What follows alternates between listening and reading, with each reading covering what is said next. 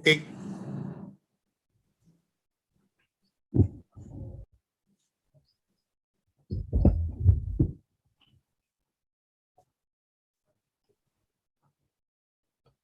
So we are starting now. Yes. Hello and good day to all who have joined this webinar from us in New Delhi to wherever in the world you may be. Your hosts for today are Rajiv Garg, who will give the closing address, and myself, Rahul Prasann Dave. Both of us are advocates of the Supreme Court of India and mediators trained under the aegis of Nivaran, which is the body of mediators from the Supreme Court of India. And we extend a warm welcome to all participants to this, the 11th in the series of lectures organized by Nivaran. The topic today is mediation in support of sustainable economic development. Of the 17 Sustainable Development Goals set out by the United Nations Department of Economic and Social Affairs, goal number 8 is to promote sustained, inclusive, and sustainable economic growth, full and productive employment, and decent work for all. The UN Sustainable Development Goals report for 2021, however, makes grim reading. This report estimates that due to the COVID pandemic, the equivalent of 255 million full-time jobs were lost globally. 1.6 billion informal economy workers were significantly affected. Global real GDP per capita in 2020 fell to minus 4.6. Many of the world's economies are struggling as these economies emerge from the devastation caused by the pandemic. Sustainable employment activity must be promoted. The infrastructure to encourage investment must also be in place. One crucial aspect of such infrastructure is the availability of a well-defined and speedy mechanism for the resolution of disputes arising out of business and commercial activity. In this infrastructure, there is a role for mediation as a sensible and mature way for disputants to resolve their own disputes with a self-authored, mutually acceptable, and complete settlement. Fortunately for us in India, the relevance of mediation is recognized and supported by our judiciary at all its levels. And hopefully, it should not be long before the business community takes routine recourse to mediation as a less expensive, less time-consuming alternative to litigation and even arbitration. Today, we are fortunate to have Dr. Christopher P. Malcolm as the speaker, and we extend a warm welcome to him. Dr. Malcolm, whose profile is set out in the invitation to this webinar, has been admitted to the practice of law in several jurisdictions and is an expert with long experience in the practice of ADR and dispute management. He is also an academic of standing. The founder of the Caribbean Institute of Alternate Dispute Resolution, a proponent of sustainable economic development, an advisor to governments, and has been the Attorney General of the British Virgin Islands. It is an honor for us at Nivaran to host a speaker with his credentials. Before I hand over to Dr. Malcolm, I should mention that after his address, there will be a question-answer session. It will be helpful if the questions could be posted in the chat box so that the questioners can be called upon turn by turn to unmute themselves and pose their question to Dr. Malcolm themselves. After the question answer session, my colleague Rajiv Garg will deliver the closing address. I now cordially invite Dr. Christopher Malcolm to deliver the main address. Good morning. Good morning. Thank you, Rahul, for that very kind introduction. And thanks, of course, to the organizers for having invited me to this session. It is with great pleasure that I have accepted it and will be speaking this morning. I have been to India before, but haven't in a while, and I'm happy to be there virtually on this occasion. And I trust that we will, at the end of this session, have, I'm sure, lots of questions to be asked, and the intention, no doubt, is for us to start mingling in our own minds some of the things that we may want to do differently going forward insofar as mediation is concerned, in addition to the things we're already doing, of course. Now, today, I am looking at mediation not so much from a nuts and bolts perspective, but in the context of something that is near and dear to me, which is the idea of sustainable economic development. And when I speak about that, I tend to speak about it both at the domestic level, at the international level as well, and by reference to individuals and their personal economies and the effect that that then has on the economy as a whole. While my gearing really is towards the economy by reference to commercial activities, I understand in this context, given the position of India for sure, and the position of those of us who are in small developing states such as I am in Jamaica, that we can't really speak about sustainability as well without some reference to climate change and its implications, and how it is that we can be concerned with trying to deal with our climate and to use available mechanisms, including mediation, in how we resolve disputes around it, and how we may be able to use the work that we do to assist in sustainable climate outcomes. So that is really the context against which I'll be speaking this morning. It's a very short time, but I hope to be able to engage properly within the time I have available to me. Now let us start briefly by just looking at what I mean by sustainable development, and also how I see mediation in that context. Now, Rahul has very kindly spoken to the UN Millennium Goals as they were, that spoke to the impact of sustainability in the context of development. And what we would have noted there is the holistic approach that has been adopted. It is one where you're looking at growth, yes, but you're looking at development in the context of the whole person, the whole economy, and not just growth in the traditional economic sense that we usually consider it. Now, when we think about that, then the question is, are there things that we as lawyers and each of us in our individual professions can do to ensure that these goals are met and that we leave as few persons behind as is possible and hopefully none? Are there things we can do about that? How does this match up in the context of conflicts? How does that at all fit into that equation? And where does mediation fall in? Now, I know I'm speaking to the choir in many ways, but what I briefly would want to do is to get back to mediation and contextualize it in the context of dispute management. And I deliberately am mentioning dispute management rather than dispute resolution, being something that I really think is the way we ought to approach this idea.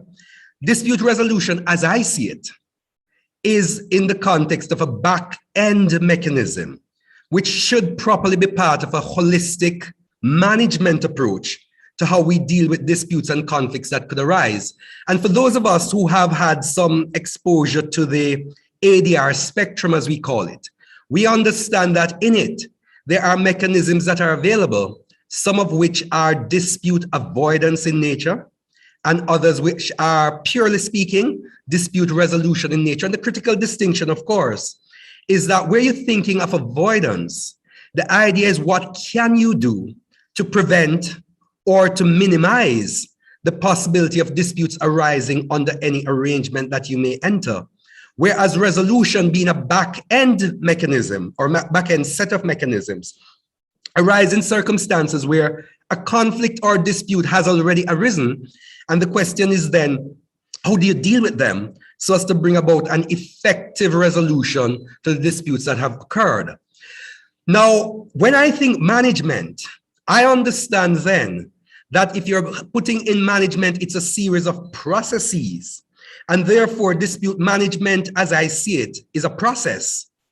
Whereas dispute resolution is in the nature of an end result. You resolve to an end. You manage as part of a process. Now, when I think management in this context, there are three critical letters that guide me. And that is the approach I generally take to my practice of the law, consultancy, and whatever else I do. And those letters are simply I am. I am. And it's quite biblical. I am that I am. And one of the things that when we think about that, what I tend to then do is to take my own banking and finance background to it as well, which is trying to understand things in the context of risk management. Now, if I think about the I am by reference to risk, the critical letters then, and what do they mean? I am thinking firstly about I being about identification of critical risks. And disputes are critical risks that arise in any arrangement that may happen. They may not manifest, but they are risks to be considered. Then once we start thinking about identification of risks, if we're in the process of management, we then have to start thinking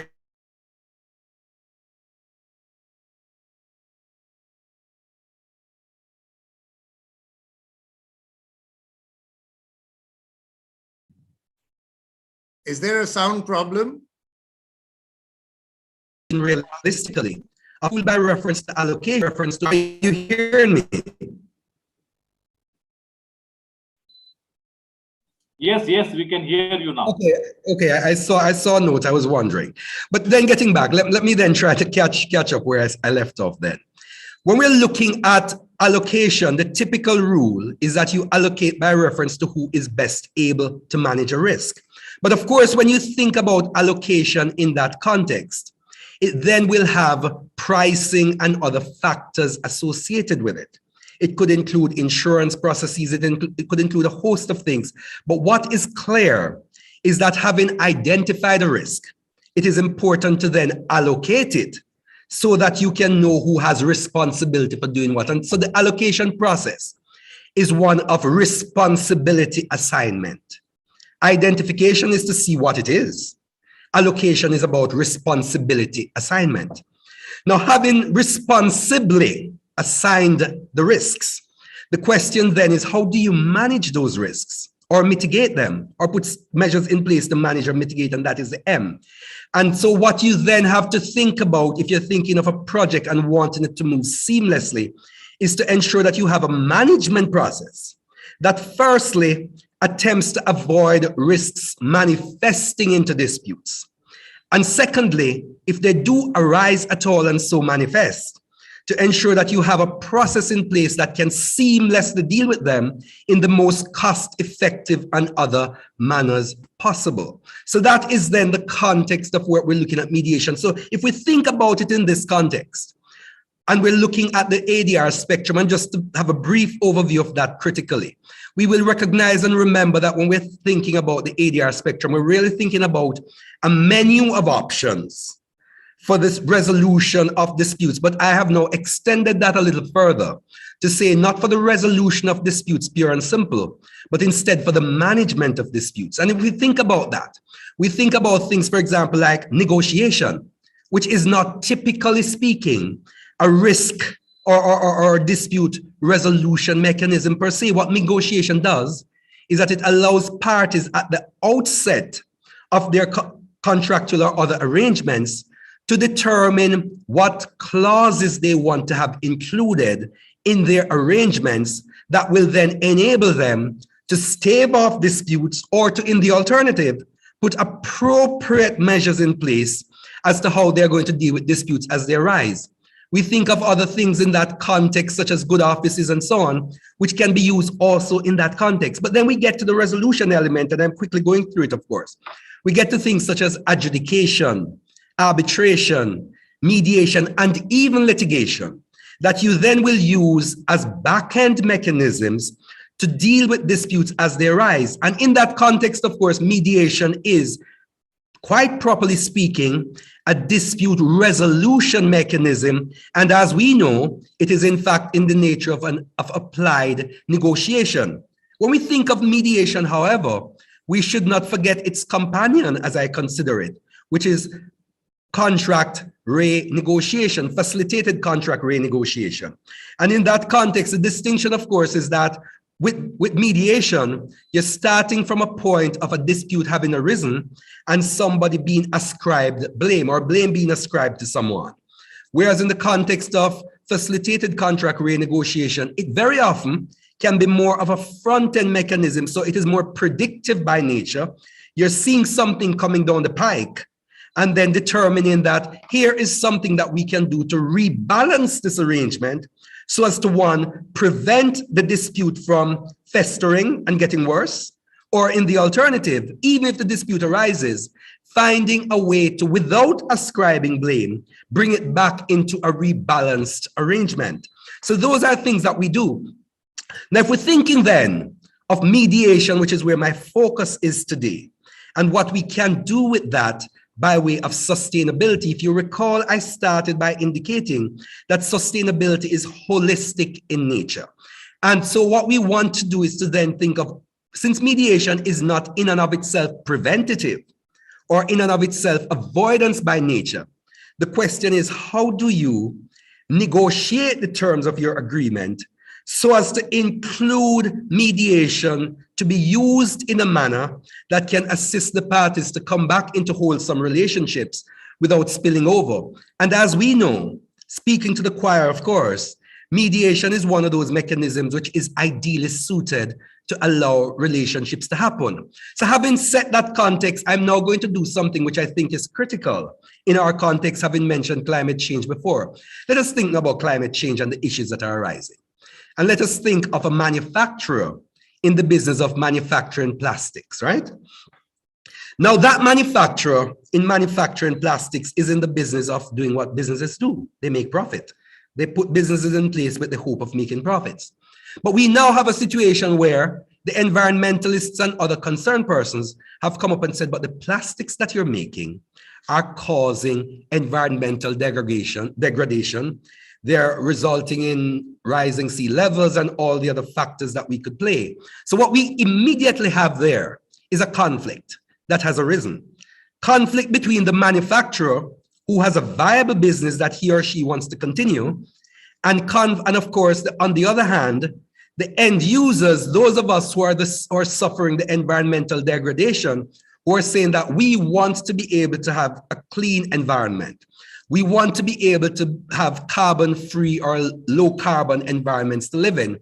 So in that conflicting situation, on the one hand, the employer wants to continue his business, the owner. The end users, being us, want to ensure that we have a clean environment. And the question is, how do you deal with that?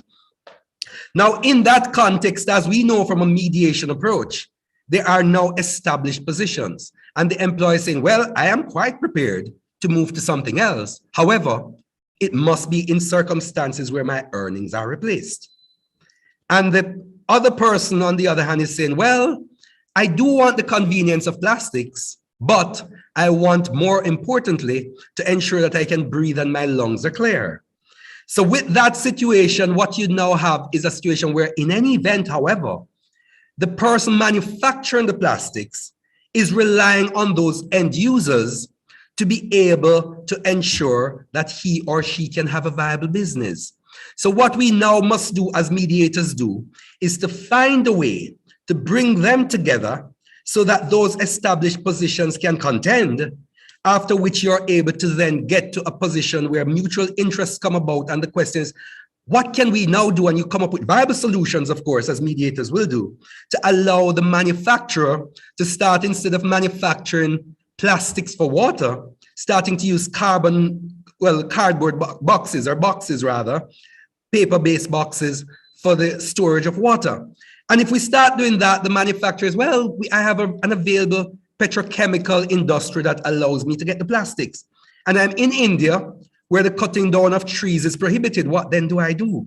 And you say, okay, fine. Since the cutting down of trees is prohibited, why don't we start thinking of a grass? And in that grass, we think of bamboo.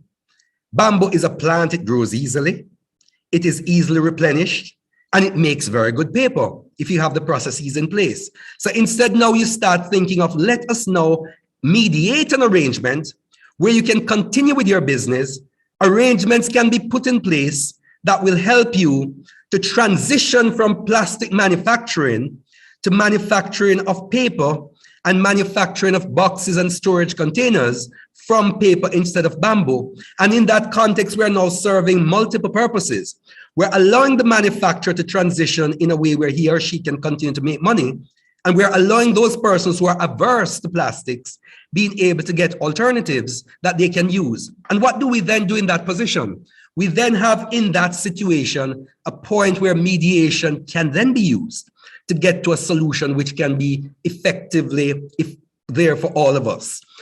And the question, of course, is that so in that context, we tick the box. Mediation can be used even to deal with climate change issues, provided the issues are properly scoped and you have a proper arrangement in place for it to allow it to continue.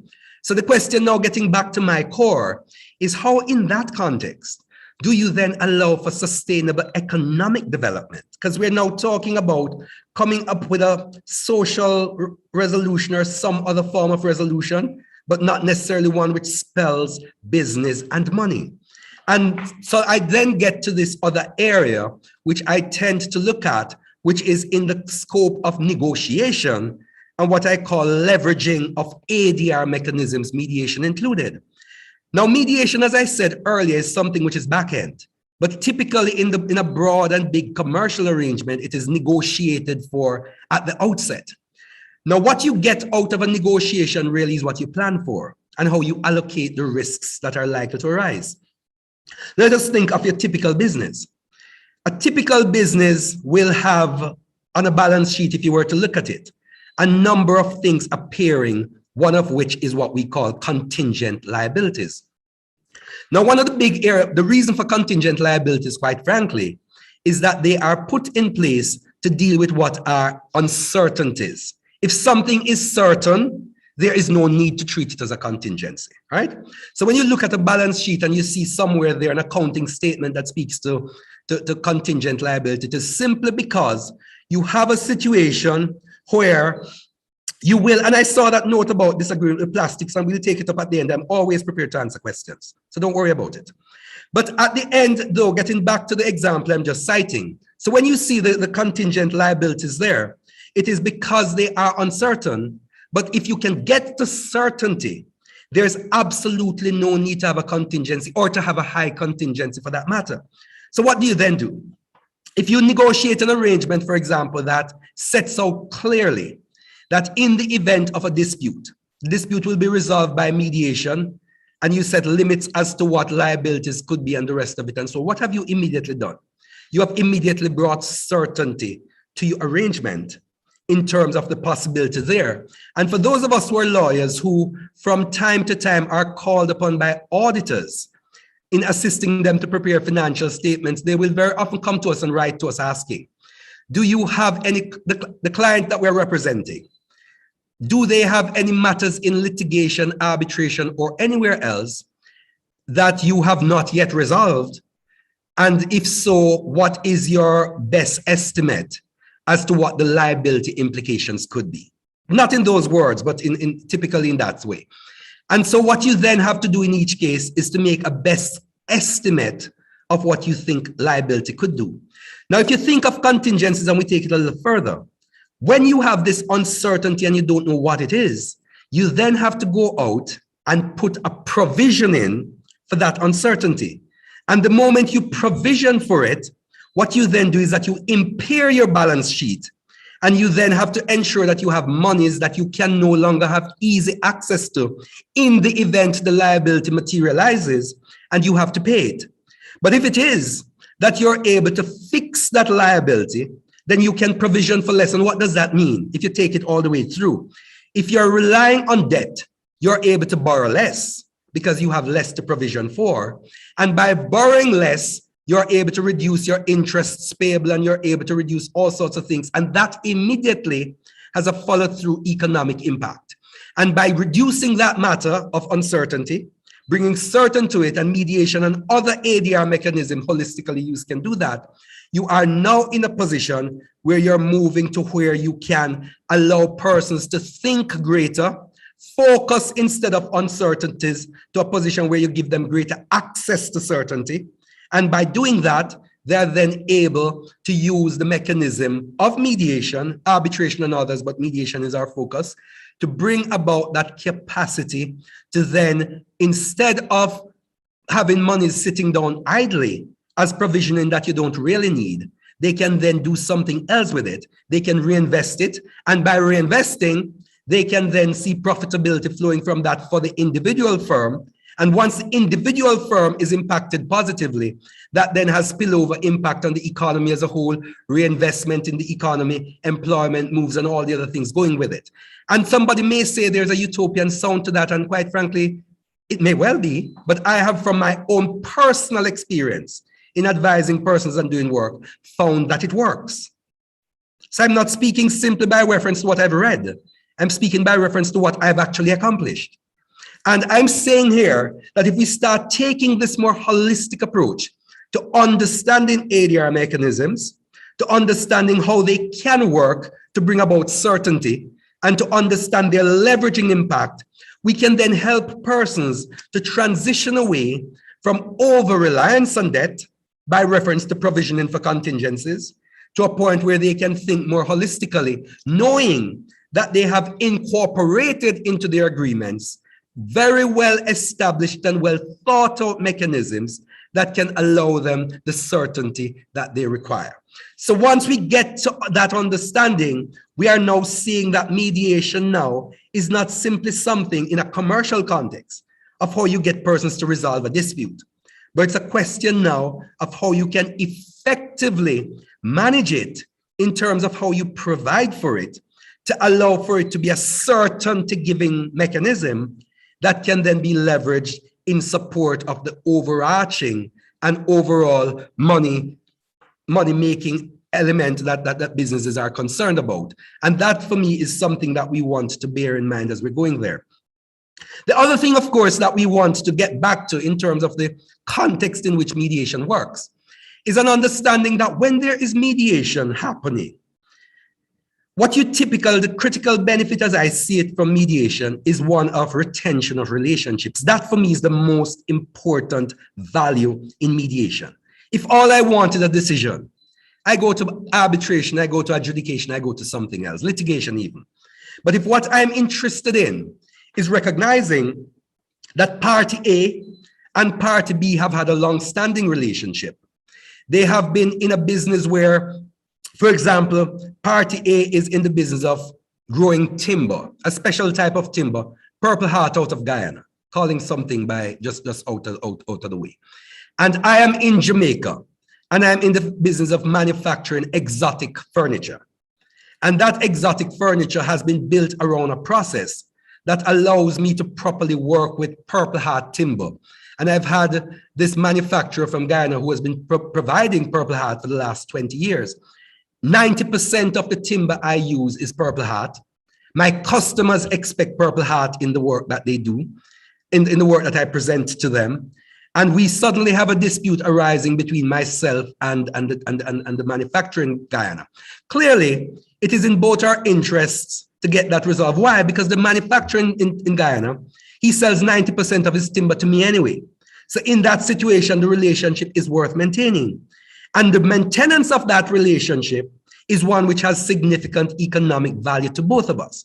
Now, if we were to get into a serious dispute and then to try to take it through litigation or some other adversarial process, the likelihood is that that relationship is going to break down. And if it breaks down, as an end user of Purple Heart, I'm going to have to identify a new supplier, perhaps have to change the machinery I use in that context, and have a situation where that manufacturer as well, the provider of the timber rather, he now has to think of accessing new markets and so on. So that relationship, by its very breakdown, has significant cost implications which are well beyond any claim that I could make in a court and recover by reference to my obligations to mitigate and my obligations to do all sorts of things, the value of any decision I could get in court would be minimized. In the context of mediation, however, recognizing our joint and common interests, we can then determine that what we want to do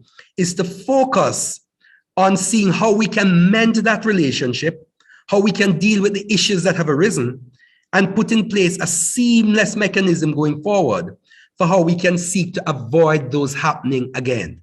And that comes back, of course, to management rather than resolution in the typical sense. And in doing that, what we will also do by mediation, if we think of it holistically, and not just as this back-end mechanism in and of itself, we can then think of having appropriate measures that are precursors to mediation, ongoing amicable discussions, dialogue, and so on, where those are built in as part of a graduated or tiered system for resolution, which allows us to stave off disputes firstly, because that is your critical and most important weapon, quite frankly, and to ensure that if at all you look at them, then you can then move a little more seamlessly in how you deal with the issues that arise.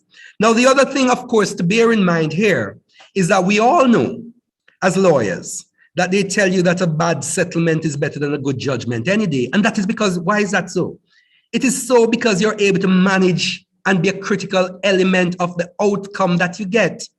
Once you go into an adversarial process of arbitration, adjudication, having made the best case you can make, you simply leave the matter to a third party neutral, who is then able to make a decision which may or may not be favorable. But what is for sure is that having thrown down the gauntlet, it having been accepted, and the duel having commenced and been brought to completion, the likelihood is that you will never get back to the place you were at prior to the dispute that came about and brought you into the process of the court.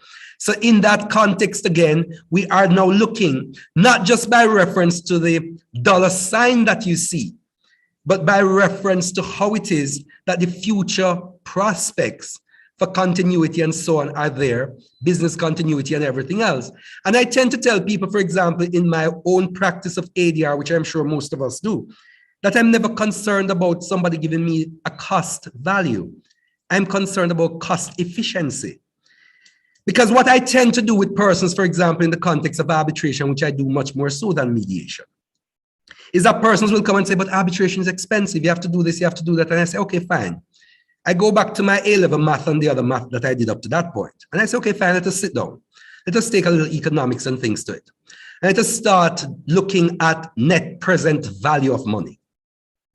Look at the cost implications of having a matter sitting down in court forever, and look at what comes out of that. In the same context of mediation, the same idea works across the board. Think of a construction company doing some work where in construction, as we do it in Jamaica, and I suspect in India as well, everybody on a construction site is borrowing money. The developer is borrowing, the contractor is borrowing, the subcontractors are borrowing, and even the person who sells lunches and cigarettes on the side of the construction site, those persons are borrowing from friends and family with an obligation to repay. Now, if you're in a process where you have unmitigated and unmanaged systems that simply rely on back-end dispute resolution, and the dispute arises, and you have not had a properly allocated system for dealing with those disputes, and a proper system for managing and mitigating risks, and the process were to shut down, this is what happens. The bank, and I have a little bit of banking experience, as I said, my further work was really in the area of banking and finance, legal aspects of it. But let us focus on what happens in the context of the bank. The bank that has lent you the money, they may give you a moratorium on repayment, but they're not going to write off, for the most part, their interest, penalties, and other things that they're entitled to. Now, while the project sits down and we're fighting in court, which may take the next 7 or however many years, and processes are running, the interest continues to climb. And it is not unusual, and those of us who have been involved in these matters in litigation, myself included, know that very often, by the time the litigation decision comes down, the judgment is down, and the order is to be enforced, one or another of the parties have gone into insolvency, right? And in that context, it matters not what you get, you are never going to be put back in a position that you could have been in. Think about the processes then. So you may well have to pay an arbitrator for a hearing room. You have to pay the arbitrator, you have to pay all sorts of costs. But if you're able to get your decision within 18 months or so, as distinct from within 10 years, then the cost implications and the cost efficiency outweighs by far any value that you could get from avoiding to pay for a courtroom or to pay for a judge. And that is something that we all have to do. So I tend not to like too much when I hear people speaking about arbitration and mediation and these other processes by reference to cost and lower costs and so on, because that is not really the argument to be made. And the truth is that if you pay peanuts, you really should expect monkeys.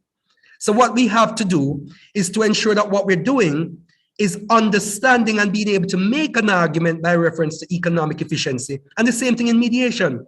You will pay your mediator, you will pay the best ones and you'll pay them proper rates, you'll pay everything else. But the truth is that if it is properly done, it saves you time, it saves you effort, it saves you accrued interest costs and all the other things related to a project. And that efficiency, I dare say, is going to be greater than any value that you're going to get from sitting down and waiting on a judgment, however good it may be. So it is in that context again, where when we're thinking about economic sustainability, because why? If that project comes off and the issues relating to it are resolved urgently, people are able to pack up, move on with their lives, even if they don't like the results. And they're able to say, I didn't like that one, but certainty has been brought. I can get what I can get out of this, and I can go into another project. So you have a replication effect of projects by faster resolution of disputes, which you will never be able to get if you were to think about it by reference to waiting a long time for the perfect judgment. And quite frankly, again, those of us who have done litigation for long enough, I no longer am significantly involved in it, will know that very often you're waiting for what you think will be a perfect judgment, and what comes down surprises you in a way that you can hardly sleep about it, because that is the nature of it. Whereas my typical experience in the context of ADR, mediation in particular, is that at the end of the day, while the parties may not be happy, they have at least brought closure and can move on and can recover from it much easier than while you await something which is purgatory, really. In the judgment, while you're waiting, very often you're in purgatory. You're neither in hell nor in heaven. And very often you end up in hell rather than in heaven. So let us have a context there where we're looking at it in that overarching way to understand that mediation and everything else and what you have to do when you're dealing with it, as I often advise myself and others, is that whenever you're thinking of mediation or any other process, your starting point, therefore, then is this. You should sit down, think of the pros, think of the cons, think of what the process can do. But that process should never be thought of by reference to what is most favorable to the lawyer or favorable to anybody else. It should be thought of by reference to what is most favorable to the whole project as a whole. So you take a project analysis to it. And that project analysis will look at what are my risks? What are my benefits? How can I look at this in that way? How can I do that? And even with mediation, very often, it is never mediation by itself alone that is going to get you the result you want, but a mixing and matching of processes. And that is the value, again, of mediation, these other processes. They're all contractual by nature. And parties, as we know it, are free to agree anything they want to do unless the law prohibits them from doing it. So you can devise your mediation, not by reference to some standard form arrangement which any mediation center or anything may have, but by reference to specific project needs, and ensuring that you put it in such a way that the project is the beneficiary rather than the individual institution or individual parties who are involved. So what we have to do in every case then is to understand that we go to the process, as I close, with a mindset of management where you try to identify critical risks And those risks in this context are looking primarily at dispute resolution risks, right? Conflicts that could give rise to disputes which have to be resolved. Then having looked at that, you looked critically as well thereafter at who best to allocate to and what provisions to put in place on the agreement to deal with the allocations that have been made. And ultimately then to ensure that you have an effective system in place for ongoing management of the project and to ensure that where there are disputes that arise, there's an effective way of mediating, ultimately in some instances leading to the need for a resolution mechanism. And in this case, I'm suggesting mediation to be a good one that we can rely upon to have the disputes resolved. And that, I say, if we look at it properly and we bring the dollars and cents to it, we're going to see that the system is not simply one, as I said, for resolution, but one to be understood, one to be effectively contracted for, and one which should then be leveraged with overarching outcomes in mind, and in the context of sustainability, with the economic value in mind. And mediation can do that well, but it takes us as the actors to use the tool that we have available and to use it without being caught up in boxes. I don't like boxes, and if I'm ever in one, it must be a sandbox. So we have to bear in mind that we need flexibility in our approach, and an approach which is client-centered, project-centered, rather than by reference to simply ticking boxes. I don't like ticking boxes. They just don't work too well if we're talking about flexibility and we're talking about proper project management and proper approaches to management, which then takes dispute resolution to the core. And I will close with this. I remind myself all the time that as lawyers, we have really abdicated our responsibilities to economic development. I remind myself that until you had Solomon and Solomon, that famous company law case that we all knew, you never could have had the multilaterals and so on as we know them. Why? Because there's no individual who could have taken on all the inherent risks of any major company. So what we've done is that development as we know it is not about banking and finance. It is about legal processes that are put in place. And in any event, even money is legal fiction anyway. So it's about putting legal processes in place. And as lawyers, we need to get back to an understanding of seeing ourselves as critical components of economic development, and that what we do and the processes we devise are to be central to any development that is happening, knowing that in the context of insolvency, again, for those of us who have done any of it, we know that very often insolvencies arise not because there's not availability to funding, but because there are inappropriate legal arrangements that have been put in place. So if we take that analysis, we're going to always see that law, and if we're talking law, we have to understand that as lawyers, our real role is to assist people in how we devise and implement dispute resolution processes. They can get their accountants and other people to assist them with the details of a project. But what we inherently bring to a process is our capacity to understand disputes as in how they may manifest, what they do if you don't properly manage them, and to then use our skill sets to assist persons in putting those measures in place that can stave off disputes, knowing that a single dispute can bring a big multilateral entity to its knees. So thank you for the time, and I appreciate and will, of course, entertain the questions as they come up. Thank you very much. Thank you very much, Dr. Malcolm. That was very riveting and packed with information. I have a lot of questions, but there are questions from the audience. So we'll call upon Sifo Similane, I hope I have that correctly, to unmute and ask the question to the speaker, Dr. Malcolm.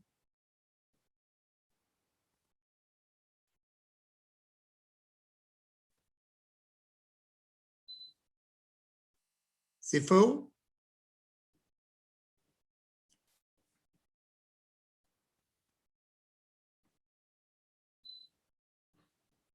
Team, can a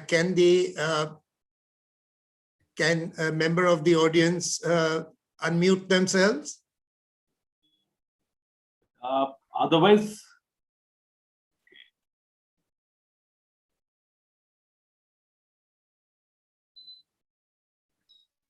Rahul Kumar, you have to. Or else you can read out the question. I'll read the question. Please figure that out. Sifo asked this question, Dr. Malcolm. To what extent does the overall legal environment, jurisdiction in brackets, play for mediation to be fully appreciated as dispute resolution and management? For instance, where resolution tools fail. I'll try to understand the question the best I can. I mean, it would have helped if she were on, he or she were on, so I could then clarify what exactly is being asked. But the process, and let me go back to the starting point here. As we know, litigation, the value of litigation is that it's a constitutionally provided for process. So you have a constitutional right of access to litigation. For every other process of dispute resolution that we can think of, mediation included, what you have is a contractual right of access.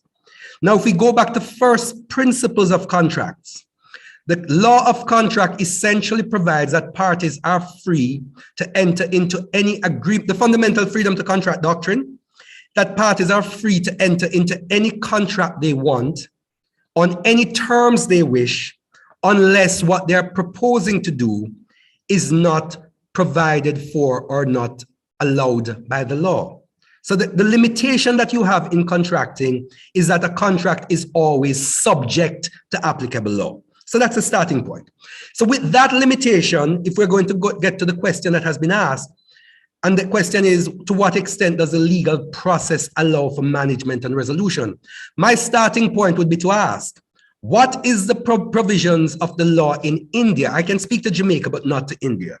That would say that you cannot engage in a contract where you're able to determine for yourself the ambit of your mediation or any other ADR process you want to engage in. And unless there is something in the law that says that it must be A and must be this. And of course, I understand clearly that there are some matters which are in the same way they are non-arbitrable, they're also non-mediable by reference to what they are. But outside of that narrow category of matters, what is the process or what is the law that prevents you sitting down to determining how you want to allocate, identify, allocate, and manage the risks by reference to your mediation or other ADR processes? I don't know the answer from India because I don't know what the legal restraints are. But I would guess that there are not many, subject to only a limited category of matters. And perhaps Rajiv or yourself, Rahul, and so on could give me some guidance there as to whether or not the legal process there is any different than we have in Jamaica, which says that unless the law can prevent, you can do anything. Dr. Malcolm, I'm Rakesh Khanna this side. Insofar as the liberty with the parties to contract regarding the laws applicable to them, be it in arbitration or mediation, that is the ADR system, are Yes. almost same as that you have in Jamaica. Here also the parties are at liberty to decide to themselves what laws they will follow, what procedure they will follow in the ADR, and where will be the seat of arbitration. So all these liberties are available with the parties, so they can decide that. Saying that,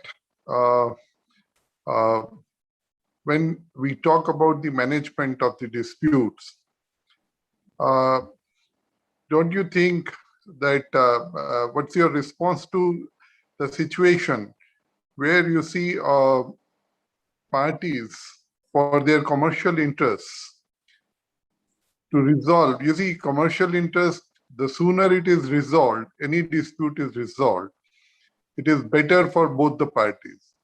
Now, don't you, what is your take on if the one party become adamant on dispute resolution by adjudication, and there what will be the role of the mediator in resolving the adamant party to the dispute, so as to bring them to talking table and resolve their issues. That will definitely how soon you can, as a mediator, do it, and how you can resolve that.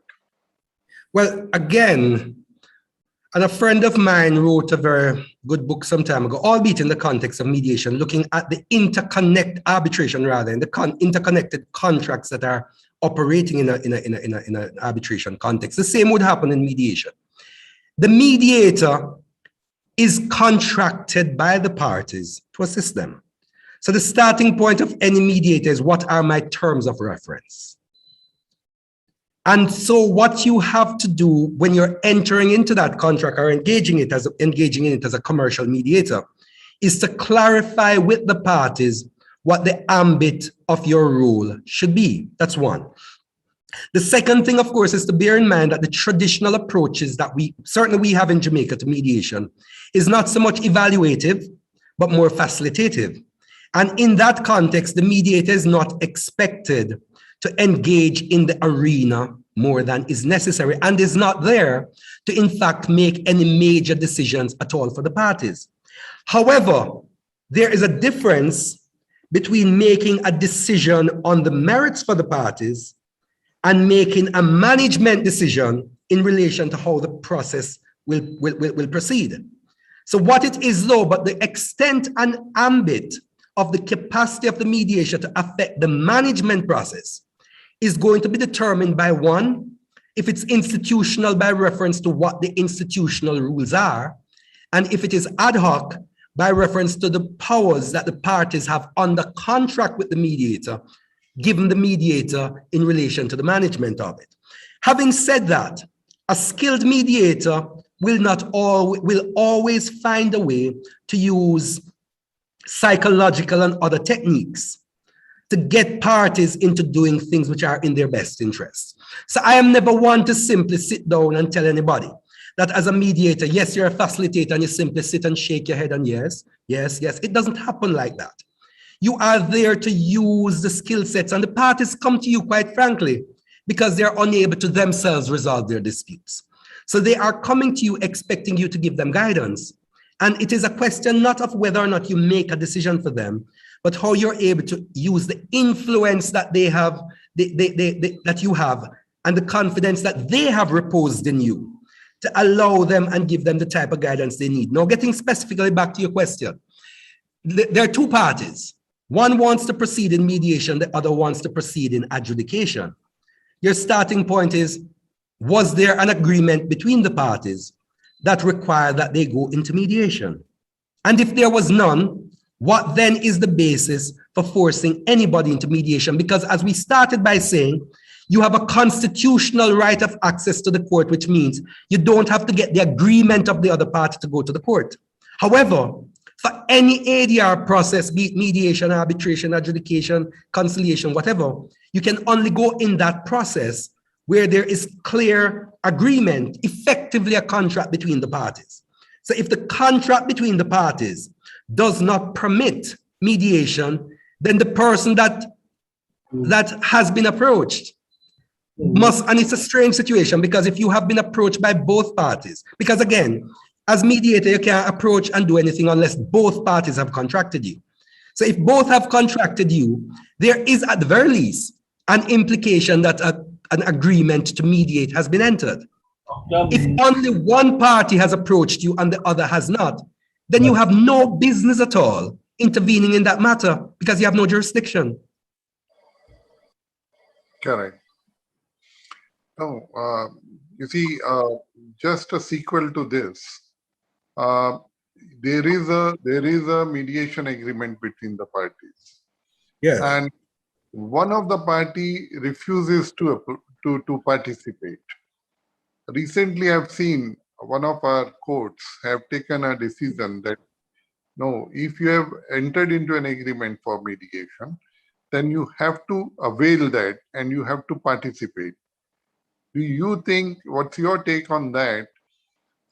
When the parties have agreed for a mediation and one of them tries to back out, then can we have, I mean, I'm putting it for a reason that as of now, we do not have any mediation law in India, but certain jurisdictions in the world, they have law relating to mediation process. What's your take on what should be the law if two parties have agreed to mediate and one of them tries to back out at the stage when they have to go for mediation, or when they have gone for mediation, one refuses to participate? Okay, we don't have a mediation act in Jamaica either. So we do that by reference to the common law. And the common law default position is what does the law of contract require. So in the context of Jamaica, again, I can't speak specifically to India, but I suspect the same would operate. If the parties have agreed under contract to mediate and one party refuses to do so, then you simply go to the court for breach of contract, sue the person for breach of contract to force them into going into mediation, because they have a contractual obligation. And any court, certainly in Jamaica and across the Caribbean, I dare say, would, if you have an agreement like that and you're failing to act in accordance with your obligation to mediate, the court will say, we will not entertain you, and will simply say you have an obligation to go into mediation to have the matter resolved as a precursor to anything else. If it is that the mediation happens and you can then claim that there were questions of inherent bias and there were questions of undue interference and all the other things, which shows that what you expected and agreed to in mediation did not happen, then you have a right to then go to court to challenge the ensuing contract. And remember, going into mediation does not mean you will get an agreement out of it. It is only if you get an agreement out of it that you have something which is enforceable anyway, right? But the truth, the fact is, my short answer is that your default position always is, even in the absence of a mediation act, what was the contract? What did the contract provide? Has the contract been adhered to? And if not, what should I do by going to the court to ensure that the terms of the contract are enforced? Yeah. Thank you. There's a question. Rajiv, are you taking it? Yes. There is one question which has come in the chat box by Dr. Mandeep P. Sardhi. Can we unmute her, Doctor?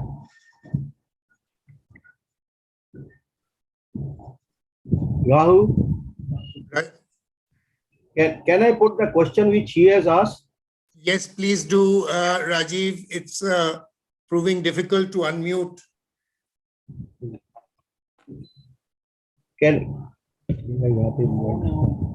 Please ask the question. Is active or passive from Dr.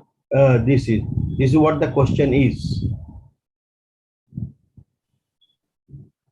Am I clear?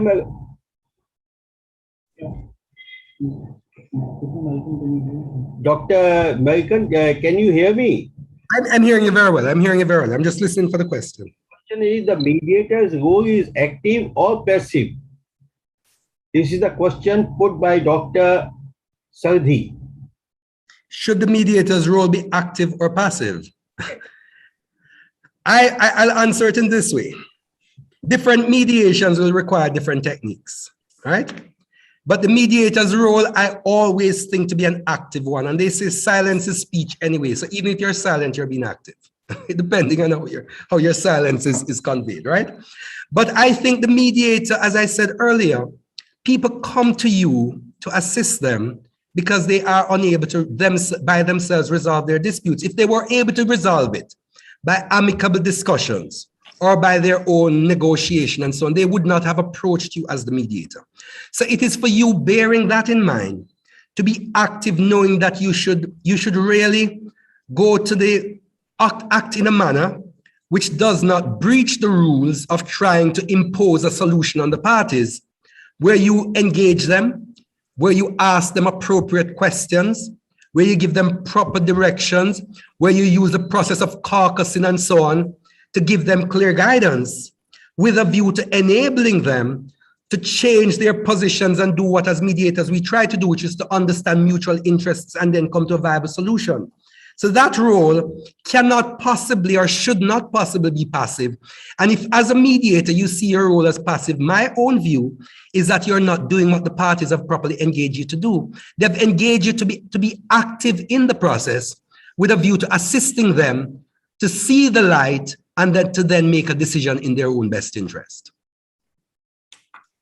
Okay, the next question, which had come from Ayezu Okoko, you've partially answered that because it's pointed out that the mediator is not to make decisions for the party, but to use the skill set rules for management. Now, I know you addressed this to a certain extent, but could you say a little more for that? In terms of the skill sets that you have to use? Yes. Well, one of the things, again, and my own approach in the context of commercial mediation is that your best bet is to engage in areas of specialization. I really don't believe in the jack of all trade mantra. I really believe you should have, jacks of all trades really create problems. And the reason I mention that is that if you are sufficiently aware of the matters that come before you and the issues that arise in them normally, then you're best able to actively participate in the process. The process of active listening and so on becomes a lot more important. So what it is that you will do as a mediator, what you should do, in my view, as a mediator, is to be there to ensure that you set the stage effectively for the parties so that they understand what the effective ground rules are. They understand how they may engage with each other in the process. They understand that venting is appropriate, but has to be properly managed. They understand that they should not fight each other across a table. They understand those basic ground rules. You also will get them to a point of understanding that you will assist them to having bite sizes at the problem, issue identification, helping them to formulate their agreement at the end, and helping them to do it in a manner which is capable of being enforced in a court of law. And why is that critical? Because ultimately, as I said, settlement agreements only become enforceable if they are in the nature of a contract. And I dispel something here. People, very often you hear people glibly say arbitration is enforceable, mediation is not, and that is complete bullocks, quite frankly. Why? Because while a mediator has no capacity to make a decision, a mediator will engage in a process where the decision arrived at by the parties, which then becomes a contract, is itself enforceable. So the process has the capacity, it does not always do so, to end up in an enforceable agreement. In arbitration, the distinction, of course, is that the arbitrator has a legal obligation to make a decision which is itself enforceable. But it doesn't mean anything because an arbitration award is enforceable as an award. A settlement agreement is enforceable as a contract, but both are enforceable as a matter of law. And that for me is critical. So what you then do in that process, since you understand that as a mediator, is that you must firstly try to understand the rules of engagement where evidence management, contracts, and so on are concerned. And so, for example, when I teach persons mediation skills, the first thing I do with them, particularly for the non-lawyers, is to take them through the inherent nature of the legal system, the nature of contracts, the nature of tort, and the nature of evidence, before I touch anything at all to do with mediation skills simplicity. Because I need for the persons to understand that mediation for its value must be contextualized in contract and by reference to the overarching legal system in which it operates, right? So that's what I do.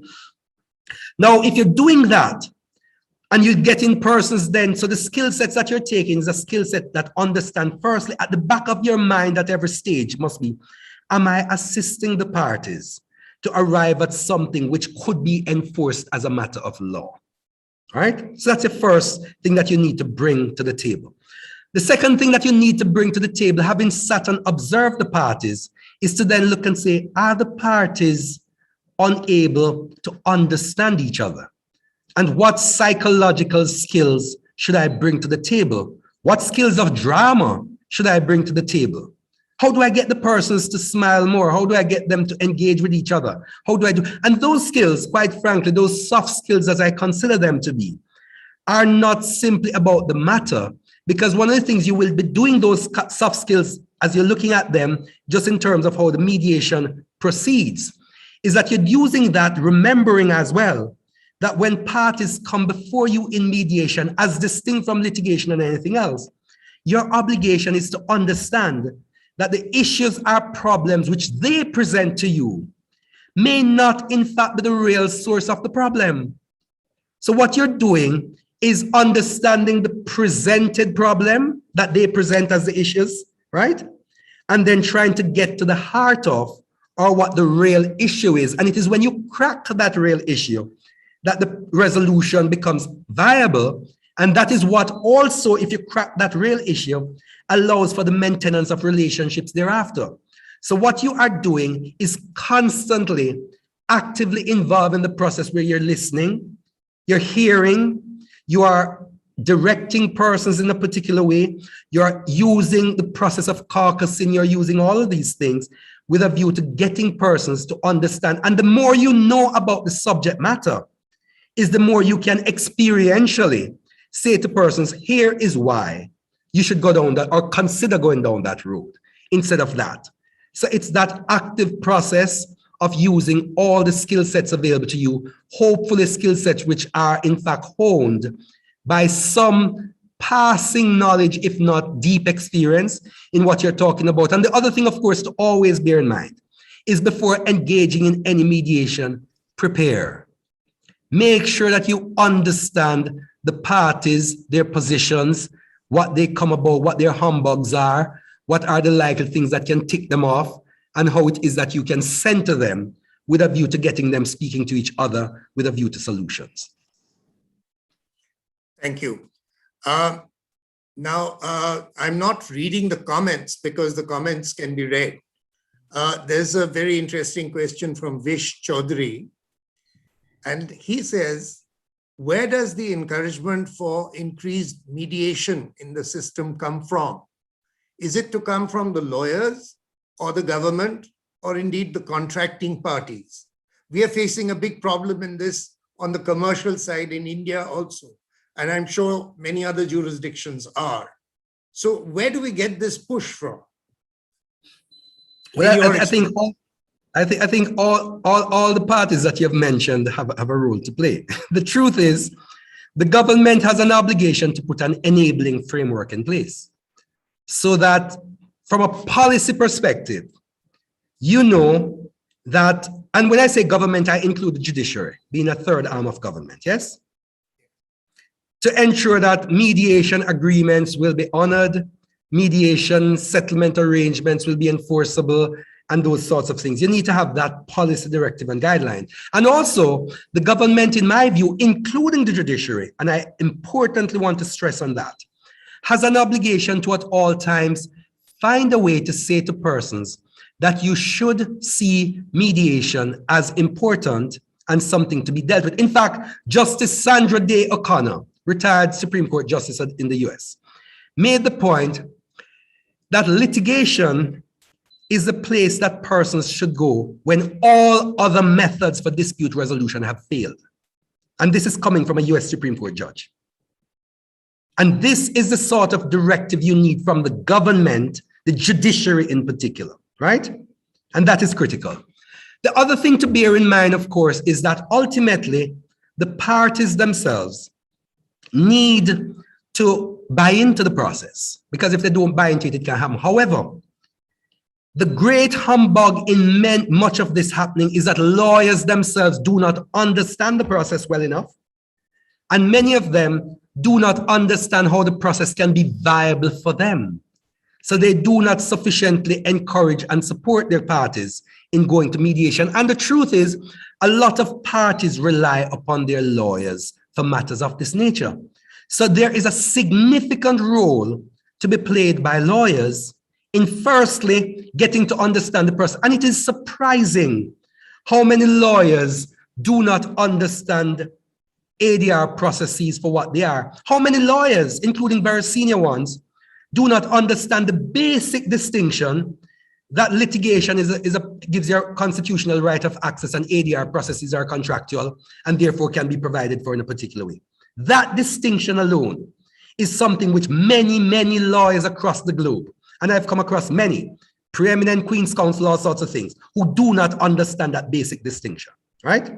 So we need to get that to the point where lawyers understand the process. And then the other thing to bear in mind is that all parties, particularly the government, through their agencies, should then ensure that there's effective education or transfer of skills, particularly to our SME sector and the other persons who very often do not have in-house counsel and so on available to them, so that they can understand the viability of the process and understand what I like to speak about, which is how the processes properly used can be leveraged in support. There's no business around the world that is not going to be swayed by what is in their economic best interest. None, zero. So if you're able to frame ADR by reference to its economic development and sustainability impact, then you're already ahead of the game in whether or not you're going to be able to convince parties that this is something viable and worth using. Thank you very much. I'm afraid there are more questions, but I think we should, we are running out of time. And so I'm now going to, while thanking Dr. Malcolm, I'm handing over to Rajiv Garg for his closing address. Good evening, everyone, fellow mediators and accomplished guests. It is my privilege to give vote of thanks on behalf of the Nivan Mediation of Supreme Court of India and myself. Let me begin by expressing my appreciation and special thanks to Dr. Christopher Malcolm, who has enlightened us on us all on sustainability of economic development, depth and role of mediation therein, one that our world needs the most today. Mediation helps people resolve their disputes. Any other dispute resolution involves enormous cost, time and energy. Benefit of mediation does not stop at all costs. It also brings time saving, better resources management, and it improves efficiency. Above all, avoids stress, agony, which is not available in any other methodologies for settling down disputes. For sustainability of economic development, fast and inexpensive resolution of dispute, mediation is a key among contracting parties in any industry. As legal professionals, our experience has proved time and again that adjudicatory forum, be it through courts or arbitration or any other forum, is lengthy and expensive. Above all, it creates friction among human relations. Resolution through mediation not only saves time and money, but also sustains and even builds cordial relations between the contracting parties. Besides the win-win resolution on the disagreement in question in mediation, it improves satisfaction for all involved and improves trust for future endeavors. As Dr. Malcolm has in his lecture beautifully explained and educated us all about the important role the mediation plays in the dispute resolution, enable and empower the sustainability of economic development. This ideas risk management is being proactive and creating a strong contractual foundation for growth and development of parties in any industry. I would also take the opportunity to thank Dr. Russell Ferguson and Peter Biden, President and Vice President of Commonwealth Caribbean Bar Association, who is also present in this lectures. I would also take the opportunity to thank all the participants who have attended today's lecture and have been with us through the journey of this series. This continuous and overwhelming support encourage us to continue the lecture series and further motivate us to bring something new for the benefit of the society at large. Last but not the least, I would like to thank organizers of the event, Mr. Rahul and entire technical team making this event successful. We look forward to see you all again participating and aspiring us for our upcoming lectures in other fields. Wish you all and your families a happy festive season. Thank you all and good night.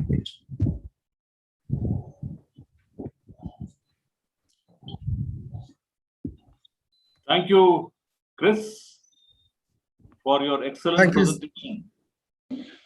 Thank you, Chris. Thanks, Anton. Thanks for having invited me, and it was indeed a pleasure. Wish we had two hours instead of 30 minutes, but that's No issue. But you made your morning and our evening thrilling.